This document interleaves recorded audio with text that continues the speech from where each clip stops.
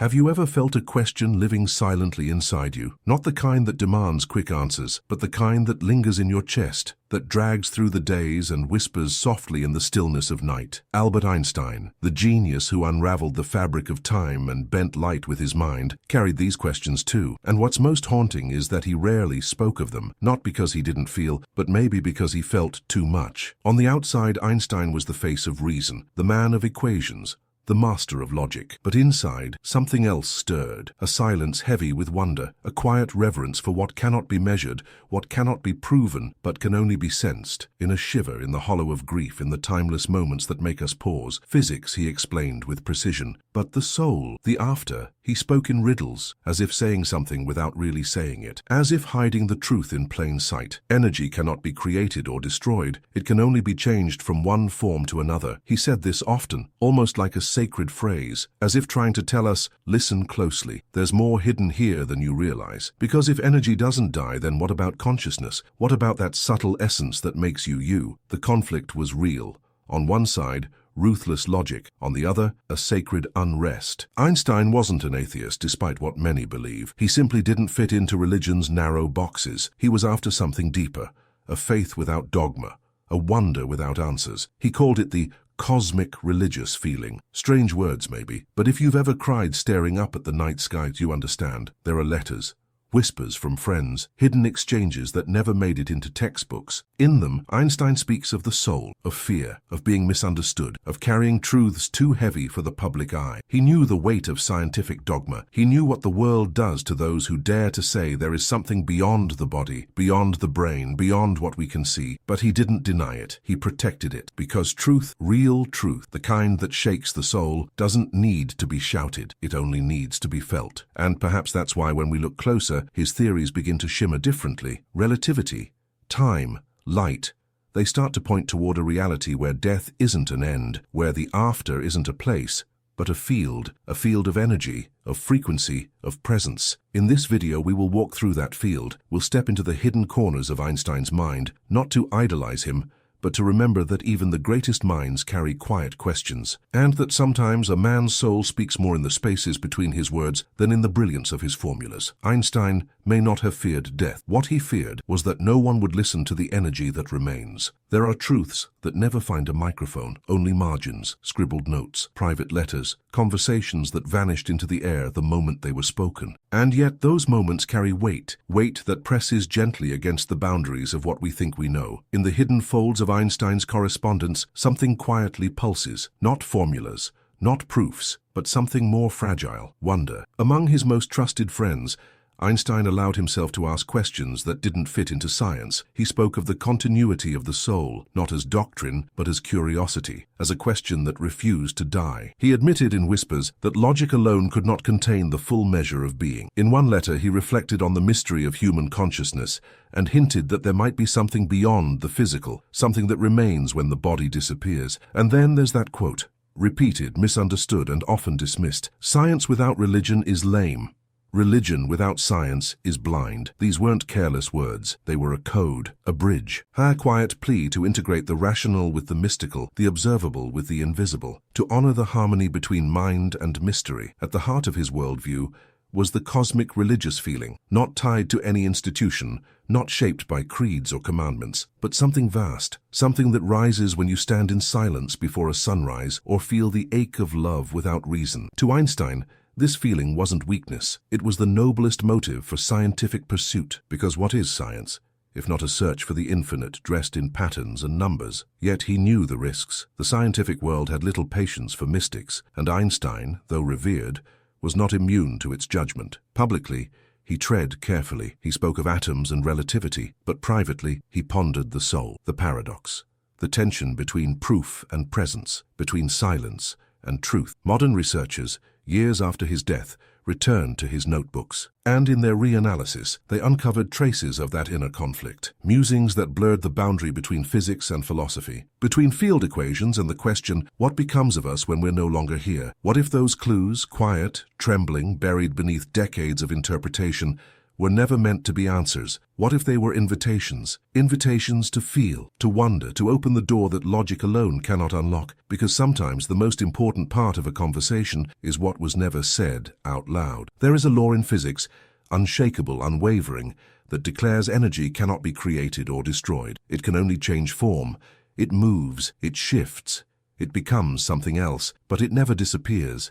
Never. And in that quiet law, something stirs, not just science, but soul. Einstein knew this, not just in his equations, but in his essence. He understood that behind every transformation lies a continuity, a thread that cannot be cut. And though he may never have stood on a stage and called it the soul, he danced around its name like someone trying to speak the unspeakable. The first law of thermodynamics was more than a principle to him. It was a mirror showing that what we call death may not be an end but a shift, a movement from one state of being into another, like ice melting into water, like water evaporating into mist. Still here, still real, just different. When quantum field theory emerged, the resonance between ancient spirituality and modern physics became impossible to ignore. Across continents and centuries, the Vedantic view of the soul had long described life as energy, subtle, eternal, migrating. And now the language of fields and particles seem to whisper the same truth in new words, not contradiction,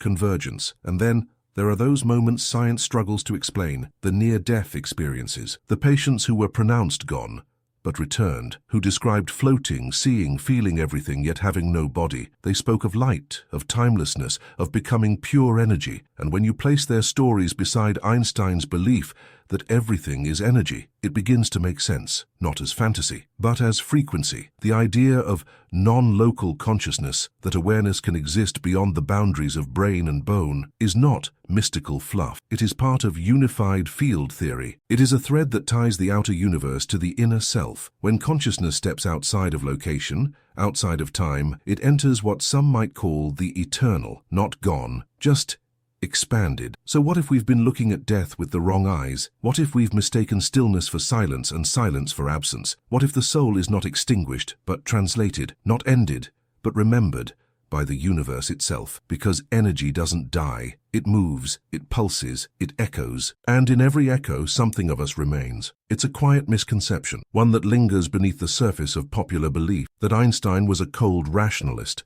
an atheist who saw death as the end of all things, a mind devoted to logic, and only logic. But that narrative is incomplete, and incomplete stories can be dangerous, especially when they shape how we grieve, how we live, and how we make sense of what we lose. The mistake lies in thinking linearly, in believing that life and death sit on opposite sides of a line, one before, one after, one presence, one absence. But Einstein never lived in straight lines. His mind moved in curves, in relativity, in paradoxes that refused to be caged by binary thinking. Body versus spirit, beginning versus ending. None of it held true in the space he lived in, the space of time loops, waves, and light. Time is an illusion, he once said. And yet those 4 words are so often misunderstood. He wasn't speaking as a poet, he was speaking as a physicist. In the realm of relativity, time is not fixed. Past, present, and future aren't divided the way we feel them to be. They are layers, interacting, overlapping, alive in ways we're just beginning to grasp. So what then is death? If time itself is not what we think it is, perhaps it is not an ending, but a folding. A return to a frequency we've always belonged to, just not always remembered. Perhaps death is less about ceasing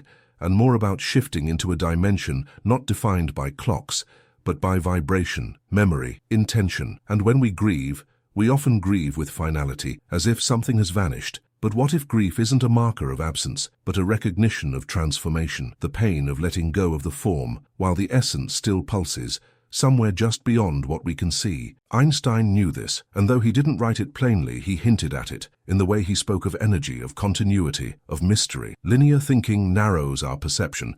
It tells us that to be gone is to no longer be, but in Einstein's world, nothing is truly gone. Everything is connected, entangled, seen and unseen, all still part of the same vast field. And when we mistake stillness for disappearance, we miss the subtle ways in which the soul speaks, even after the voice has quieted. He once comforted a grieving friend by saying that his loved one was still on the other side of the curve, not gone, just elsewhere. In a universe where space bends and time folds, perhaps death is not a wall, but a window. And through that window, something watches back, patiently, silently, still here. Some truths are too subtle for instruments to measure, yet too real for the soul to ignore. Einstein, in his quiet depth, once spoke of a cosmic religious feeling, a deep intuition that behind the elegance of the universe was something more than numbers, more than theories, something coherent, something alive. In recent years, researchers have begun to explore the terrain between the measurable and the mystical, not as opposites, but as parts of the same field. The HeartMath Institute, for example, has studied the electromagnetic field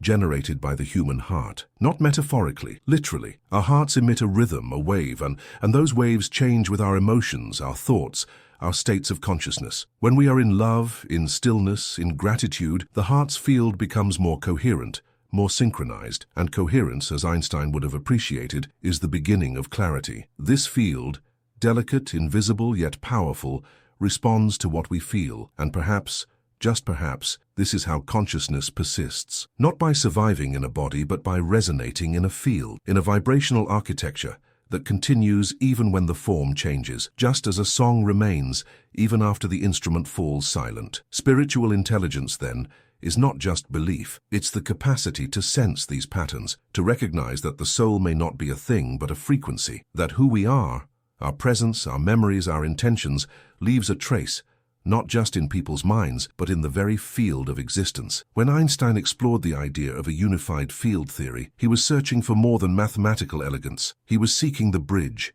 the unspoken law that could unite all forces, and though he never completed it, some say he came close. Others believe he glimpsed what we now call morphic resonance, the idea that patterns of behavior, memory, and consciousness can imprint themselves into the fabric of reality, accessible across time and space. This is why we sometimes feel the presence of those who've passed as if they never truly left. It's not just memory, it's coherence. It's a field that still holds their signature, like the scent that lingers after someone has gone, like the echo of a voice that still knows your name. To live with spiritual intelligence is to align with this field, to refine our emotions not just for inner peace, but to become clearer transmitters of what is eternal. Because when we live in coherence, we don't just survive, we resonate, and that resonance, that subtle music of the soul, might be the very thing that never dies. Einstein's logic was never about cold separation. It was about elegant unity, and perhaps, through this unity, we find not only a deeper understanding of consciousness, but a quiet reassurance that no love is ever truly lost, and no soul ever really disappears. It just becomes more subtle, more luminous, more everywhere. There is a quiet beauty in Einstein's words when he said, "The most beautiful thing we can experience is the mysterious." It's a whisper to our souls, inviting us to lean into the unknown rather than fear it. The universe, through his eyes, was not just a mechanical clockwork but a mirror reflecting back the hidden depths of our own being. Imagine your soul as a reflective surface, a mirror that does not simply show what is outside, but reveals the cosmic order within you. This mirror is delicate, sensitive. It can become clouded by fear, grief, or doubt. Emotional dissonance, those moments when our inner world feels fractured, fogs this mirror. The clarity of truth, the continuity of the soul, becomes hard to see. Light, time, and observation are not just physics concepts for Einstein. They are symbols, weaving into the fabric of our experience. Light represents truth. It reveals, it exposes,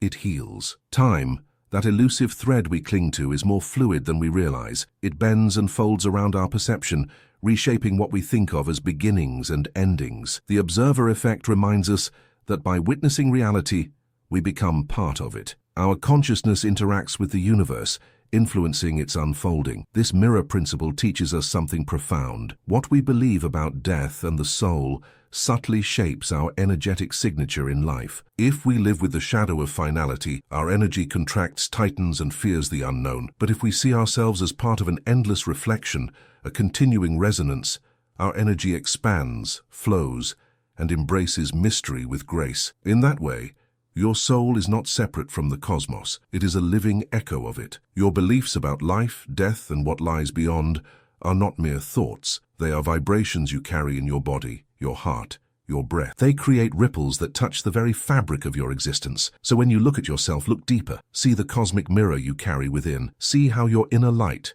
your thoughts, your fears, and your hopes shape not only your reality, but the energetic imprint you leave behind, and know that this reflection is part of something far greater, a timeless dance where soul and universe move as one. In the end, Einstein's vision invites us to reconsider what we call the soul, not as a static shape, a fixed form, but as vibration itself. Everything that we are, every thought, every memory, every intention is a wave, a frequency moving through the vast ocean of existence. This perspective dissolves the boundaries we place between life and death, presence and absence. Einstein once said, "God does not play dice with the universe." This was not merely a statement against randomness, but a profound insight into the intelligent design woven into all things. It hints at a continuity, a deeper order beneath the chaos, where energy and consciousness flow in patterns that transcend our immediate understanding. The soul, then, is not extinguished like a candle's flame blown out by the wind. It is more like a melody shifting octaves, the same tune, but changing the way it resonates through the universe. This is a comforting truth. It changes the way we grieve, the way we find meaning, the way we love. When we live with the awareness that our consciousness continues beyond form, grief becomes less of a weight and more of a doorway to understanding that what we truly are can never be lost. Perhaps Einstein did not fear death itself. Maybe what he truly feared was that we would fail to listen deeply to the energy that remains, to the whisper of the eternal in the silence after life's final breath. This silence is not empty. It is filled with frequency, with resonance, with the ongoing dance of the soul. So, as you hold this thought close, feel it in your body and heart. Your essence is frequency, your soul is vibration, and this vibration is never truly gone. It flows, it transforms, and it continues. And in this understanding there is peace, a peace that surpasses fear, a peace that embraces mystery, a peace that calls us home.